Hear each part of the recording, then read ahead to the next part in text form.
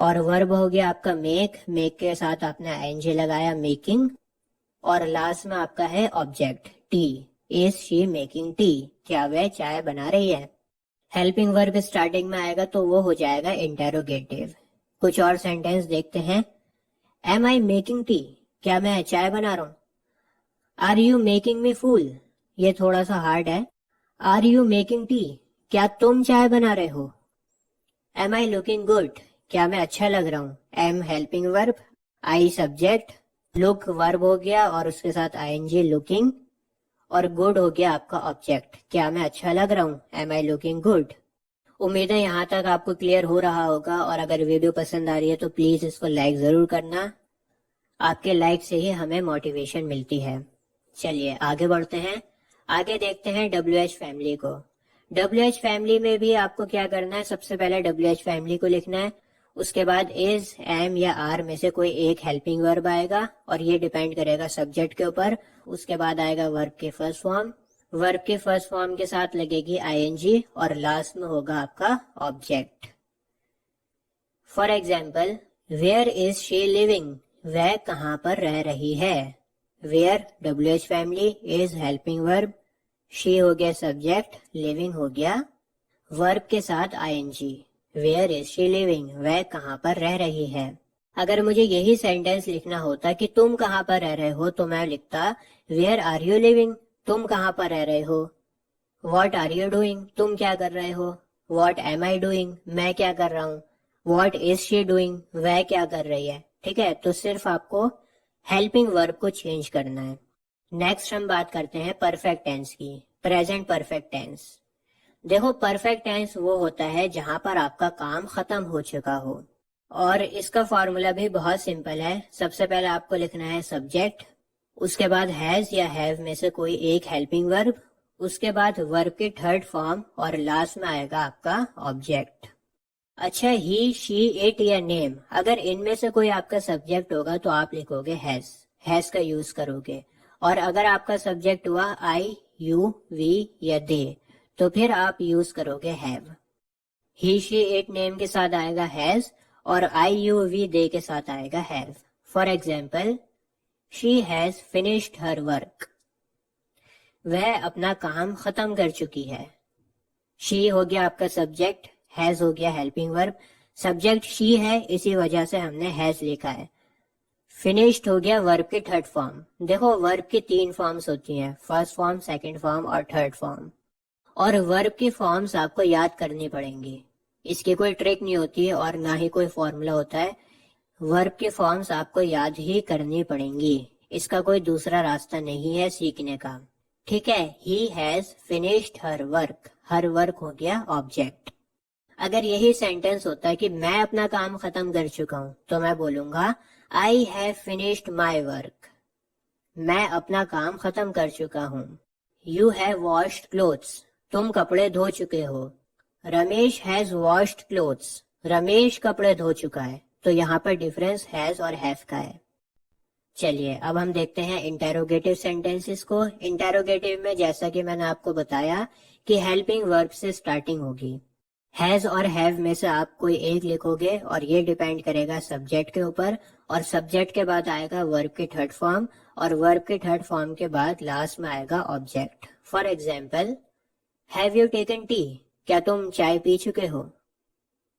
Have you drunk water, क्या तुम पानी पी चुके हो। हैव हो गया हेल्पिंग वर्ब, यू हो गया आपका सब्जेक्ट, वर्ब की थर्ड फॉर्म हो गई ड्रंक, ड्रिंक की थर्ड फॉर्म होती है ड्रंक। ठीक है, और ऑब्जेक्ट हो गया आपका वाटर। अगर यही सेंटेंस मुझे लिखना हो कि क्या वह पानी पी चुकी, तो मैं लिखूंगा हैज शी ड्रंक वाटर।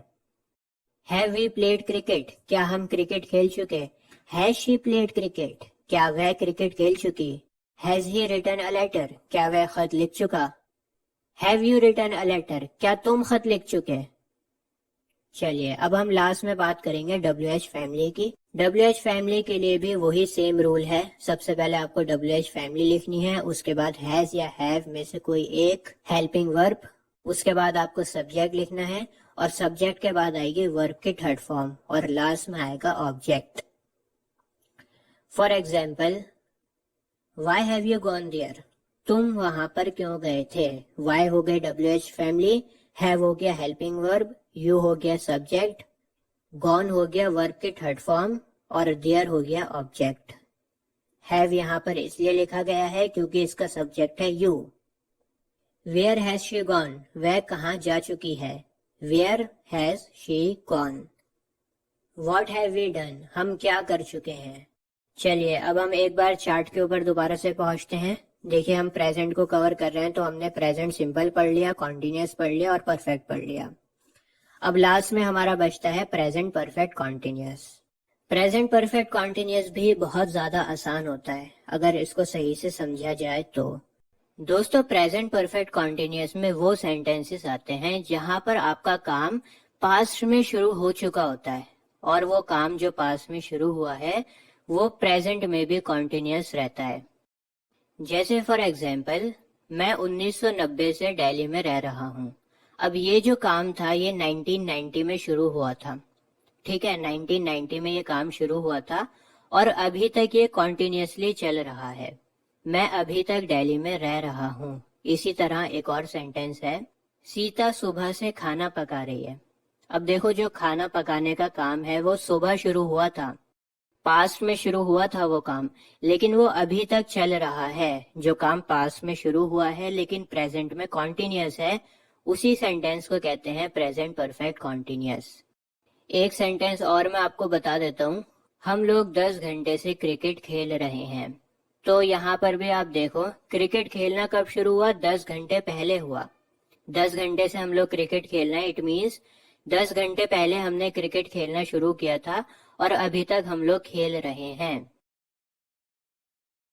इसका फॉर्मूला थोड़ा बड़ा होता है लेकिन बहुत आसान होता है ये। इसका फॉर्मूला होता है, सबसे पहले आपको लिखना है सब्जेक्ट, उसके बाद हैज बीन या फिर हैव बीन, उसके बाद वर्ब के फर्स्ट फॉर्म आईएनजी के साथ और ऑब्जेक्ट, ऑब्जेक्ट के बाद सिंस या फॉर और लास्ट में आप लिखोगे टाइम।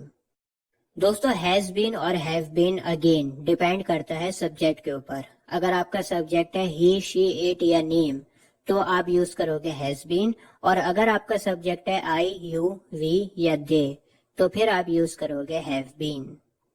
जैसे for example I have been playing cricket for 10 days। I हो गया आपका सब्जेक्ट, हैव बीन हो गया हेल्पिंग वर्ब, प्ले हो गया वर्ब, वर्ब के ऊपर आईएनजी लगाया तो हो गया प्लेइंग, क्रिकेट हो गया ऑब्जेक्ट, सिंस और फॉर में से हमने लिखा फॉर और लास्ट में हमने टाइम लिखा 10 days। मैं 10 दिन से क्रिकेट खेल रहा हूँ। अब मैं आपको बताता हूँ कि यहाँ पर मैंने फॉर को क्यों लिखा। आपको इसमें सिर्फ इतना समझना है कि कहाँ पर सिंस यूज होगा और कहाँ पर फॉर यूज होगा। दोस्तों सिंस हम यूज करते हैं फिक्स टाइम के लिए, जैसे फॉर एग्जाम्पल 1996। अब 1996 जो है वो फिक्स टाइम है। अगर मैं आपसे कहूँ कि 2019 के बाद 1996 को ले आओ तो क्या आप ला पाओगे? नहीं ला पाओगे। 1996 फिक्स्ड है। 1996 1995 के बाद आया है और 1997 से पहले आया है, उसको आप हिला नहीं सकते, वो फिक्स्ड है। इसी तरह मैंने कहा संडे। अब संडे भी फिक्स्ड है। संडे हमेशा सैटरडे के बाद आएगा और मंडे से पहले आएगा। अगर मैं आपसे कहूँ कि संडे को थर्सडे के बाद ले आओ तो क्या आप ला पाओगे? कभी आज तक ऐसा हुआ है कि थर्सडे के बाद संडे आया हो? नहीं हुआ। तो संडे, मंडे, ट्यूसडे ये सब फिक्स्ड है। इसी तरह मॉर्निंग, इवनिंग या फिर नाइट, ये तीनों भी फिक्स्ड हैं। अगर मैं आपसे कहूँ कि रात के बाद आप इवनिंग को ले आओ तो क्या ऐसा पॉसिबल है? नहीं पॉसिबल है। रात के बाद हमेशा सुबह होती है, मॉर्निंग होती है और मॉर्निंग के बाद ही इवनिंग होती है। ये तीनों चीजें भी फिक्स्ड हैं। और इसी तरह हमारे मंथ्स भी हैं। जैसे फॉर एग्जाम्पल जनवरी। अगर मैं आपसे कहूँ कि अगस्त के बाद जनवरी को ले आओ तो क्या आप ला पाओगे? नहीं ला पाओगे। तो ये सब क्या हुआ? ये हुआ फिक्स टाइम। अब देखते हैं फॉर को। फॉर यूज होता है नॉट फिक्स्ड, जो टाइम हमारा फिक्स नहीं होता। जैसे फॉर एग्जाम्पल 10 days। अब ये 10 days फिक्स नहीं है। ये 10 days किसी भी महीने के हो सकते हैं, किसी भी मौसम के हो सकते हैं। ये 10 days गर्मियों के भी हो सकते हैं, सर्दियों के भी हो सकते हैं, ठीक है, बरसात के भी हो सकते हैं और ये 10 दिन आपके जनवरी के भी हो सकते हैं, मार्च के भी हो सकते हैं, आप मुझे बता थोड़ी सकते हो। ये नॉट फिक्स्ड है, ये किसी भी महीने के हो सकते हैं। इसी तरह अगर मैंने आपसे कहा कि 10 हफ्ते 10 वीक्स, अब आप मुझे बता सकते हो कि ये 10 वीक्स कौन से हैं? आप नहीं बता सकते। ये 10 वीक्स कोई से भी हो सकते हैं, जनवरी के भी हो सकते हैं, मार्च के भी हो सकते हैं, कहीं के भी हो सकते हैं। इसी तरह अगर मैंने आपसे कहा 10 ईयर्स, अब ये 10 साल कौन से हैं, कोई बता सकता है? नहीं बता सकता। 2010 से 2020 के भी हो सकते हैं, 1990 से 2000 के भी हो सकते हैं, कोई से भी हो सकते हैं, हमें क्या पता। अगर मैंने कहा कि 2 घंटे 2 आवर्स, तो ये 2 आवर्स भी नॉट फिक्स्ड हैं। ये 2 घंटे सुबह के भी हो सकते हैं, शाम के भी हो सकते हैं, रात के भी हो सकते हैं। तो जो टाइम आपका फिक्स्ड है वहां पर होगा सिंस, और जो टाइम आपका फिक्स नहीं है वहां पर आप यूज करोगे फॉर। उम्मीद है आपको समझ आ गया होगा, बहुत आसान लैंग्वेज में मैं आपको समझा रहा हूँ। अब हम अपने फॉर्मूले के ऊपर वापस चलते हैं। 2-3 सेंटेंस और मैं आपको बताता हूँ ताकि आपको कॉन्सेप्ट अच्छे से क्लियर हो जाए। For example, he has been washing clothes since morning. He यहाँ पर सब्जेक्ट है और सब्जेक्ट ही है, इसी वजह से हमने यहाँ पर हैज बीन लिखा है। वॉशिंग हो गया वर्ब, क्लोथ्स हो गया ऑब्जेक्ट, सिंस मॉर्निंग हो गया यहाँ पर आपका टाइम। और सिंस हमने इसलिए लिखा है क्योंकि यहाँ पर मॉर्निंग है, मॉर्निंग आपका फिक्स टाइम है। एक सेंटेंस और ले लेते हैं। We have been cooking foods for 10 days. हम 10 दिन से खाना पका रहे हैं। वी यहाँ पर है सब्जेक्ट, इसी वजह से हमने हैव बीन लिखा है। कुकिंग हो गया आपका वर्ब, फूड हो गया ऑब्जेक्ट, और फॉर इसलिए लिखा है यहाँ पर क्योंकि 10 डेज आपका नॉट फिक्स टाइम है। चलिए प्रेजेंट परफेक्ट कॉन्टिन्यूअस में इंटेरोगेटिव देखते हैं। इंटेरोगेटिव सेंटेंस हमेशा की तरह हेल्पिंग वर्ब से स्टार्ट होगा, और यहाँ पर आपका हेल्पिंग वर्ब है हैज या फिर हैव। हैज या हैव में से कोई एक लिखोगे, उसके बाद आप लिखोगे सब्जेक्ट, सब्जेक्ट के बाद लिखोगे बीन, बीन के बाद लिखोगे वर्ब की फर्स्ट फॉर्म आईएनजी के साथ, उसके बाद ऑब्जेक्ट, उसके बाद सिंस या फॉर में से कोई एक, और लास्ट में आपका टाइम। जैसे has she been crying for 2 hours, क्या वह 2 घंटे से रो रही है। Have you been learning English since 2010, क्या तुम 2010 से इंग्लिश सीख रहे हो। अब हम लास्ट में देखेंगे WH फैमिली को। WH फैमिली में भी आपको सबसे पहले WH फैमिली लिखना है, उसके बाद हैज या हैव, उसके बाद सब्जेक्ट, उसके बाद बीन, उसके बाद वर्ब के साथ आईएनजी, फिर आता है आपका ऑब्जेक्ट, उसके बाद सिंस या फॉर में से कोई एक, और लास्ट में आता है आपका टाइम। कुछ सेंटेंसेस देख लेते हैं। Why have you been living here since 1990? तुम यहाँ पर क्यों रह रहे हो 1990 से। Why WH फैमिली, हैव हो गया हेल्पिंग वर्ब, और हैव इसलिए लिखा है क्योंकि आपका सब्जेक्ट यू है।